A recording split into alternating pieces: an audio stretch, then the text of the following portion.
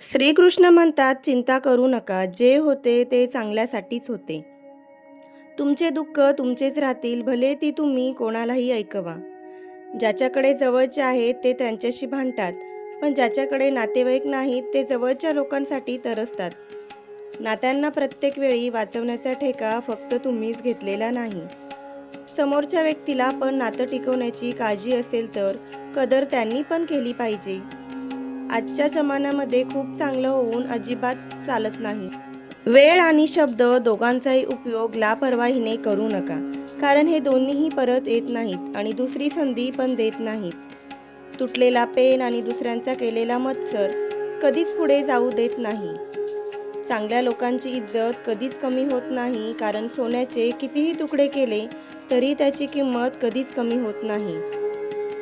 कोणतीही परिस्थिती योग्य पद्धतीने हँडल करण्याची ताकद तुमच्यामध्ये असेल तर तुमचं कोणीही काहीही बिघडवू शकत नाही. माणसाची जिद्दच आहे जी त्याला घडवते आणि बिघडवते पण. वाईट वेळसुद्धा आपल्याला काहीतरी नवीन शिकून जाते. काही नवीन नाही शिकवलं तर आपले आणि परके यांची तरी ओळख करून जाते. बुद्धिमान माणूस कधीही बुद्धिमान असल्याचा दावा करत नाही. तसेच एक मूर्ख व्यक्ती कधीच मान्य करत नाही तो मूर्ख आहे म्हणून. देवाला नेहमी हीच प्रार्थना करावी की सुख दिलं तर फक्त एवढेच दे की अहंकार येऊ नये, आणि दुःख दिले तर एवढेच दे की तुझ्यावरचा भरोसा तुटू देऊ नको. कोणाचे रूप बदलते तर कोणाची नियत बदलते, पण देवाने हात पकडला तर तुमचे नशीबच बदलते.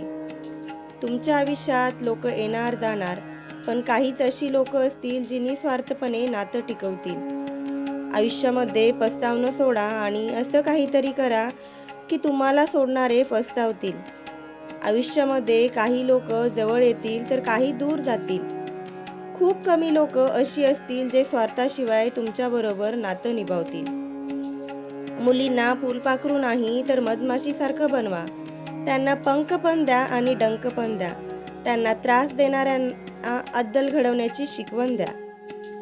प्रेमामध्ये कितीही अडचणी आल्या तरीही श्रीकृष्णाबरोबर राधा होती. जे पाहिले आहे ते मिळवणे म्हणजे यश आहे, पण जे मिळाले आहे त्यात आनंद मानणे म्हणजे समाधान आहे. गेलेली वेळ कशी असू द्या, तो तुमचा भूतकाळ होता. तुम्ही फक्त तुमच्या भविष्यावर लक्ष द्या.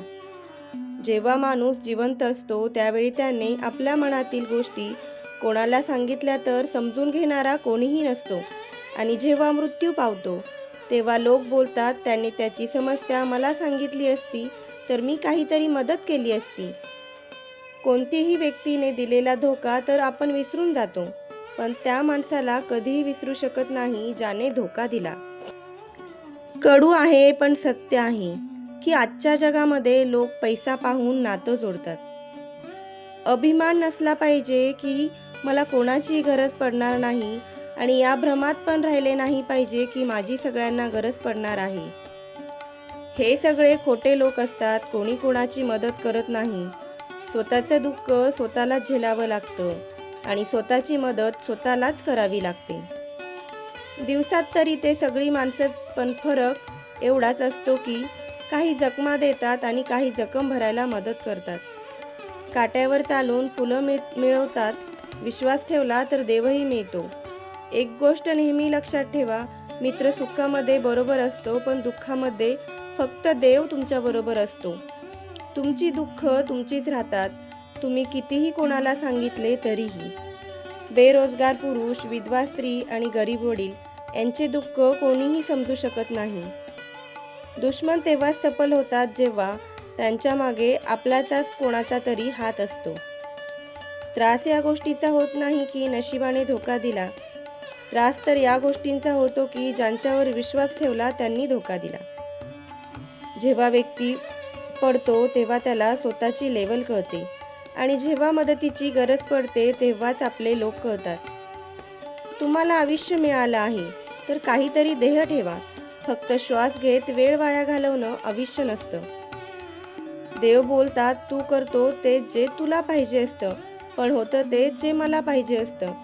तू ते कर जे मला पाहिजे, मग पहा तेच होईल जे तुला पाहिजे.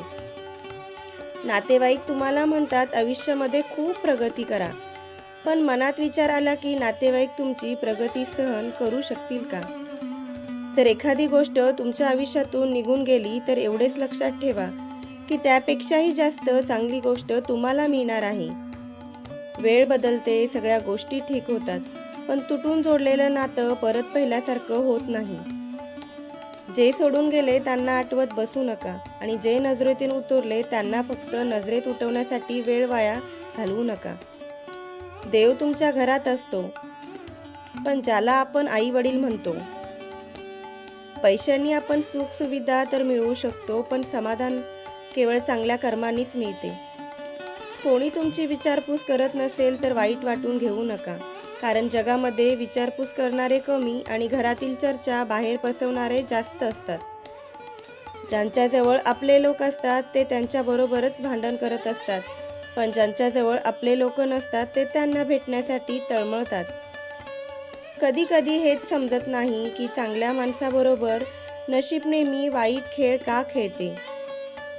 वेगवेगळ्या ठिकाणी प्रयत्न करण्यापेक्षा चांगले हे आहे की एकाच ध्येयावर मनापासून मेहनत करून पहा, तुम्हाला सफलता नक्की मिळेल. पाडणारे लोक जर आपल्या जवळचे असतील तर उभं राहायला खूप वेळ लागतो. बियामध्ये झाड, शरीराला होणारे कष्ट जसे दिसत नाही तसेच सगळीकडे अस्तित्व असलेले देव आपल्याला दिसत नाही. काही लोक आपलं मन रोजच तोडतात, पण तरीही त्यांच्याबरोबर बोलून मनाला आनंद मिळतो. जर तुम्हाला कोणाचीही चुकीच्या गोष्टीसुद्धा चांगल्या वाटत असतील तर ते प्रेम नाही, तुम्ही तुमचा सेल्फ रिस्पेक्ट गमावला आहे. कुणाची कदर करायची असेल तर तो जिवंत असताना करा. मृत्यूनंतर तर परके लोक पण रडून जातात.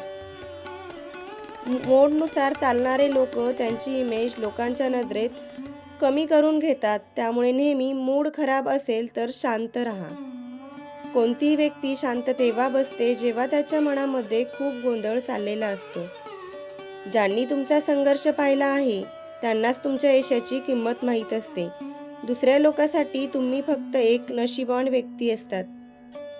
यशस्वी बनायचं असेल तर अडचणीचा सामना करावाच लागणार, कारण मिठाई खाण्याची मजा मिरची खाल्ल्यानंतर कळते. लोक इन्कम टॅक्सचा 1 वर्षाचा हिशोब द्यायला घाबरतात. थोडा विचार करा, देव जेव्हा पूर्ण आयुष्याचा हिशोब करेल तेव्हा तुमचे काय होईल.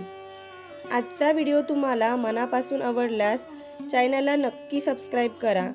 धन्यवाद. श्री स्वामी समर्थ.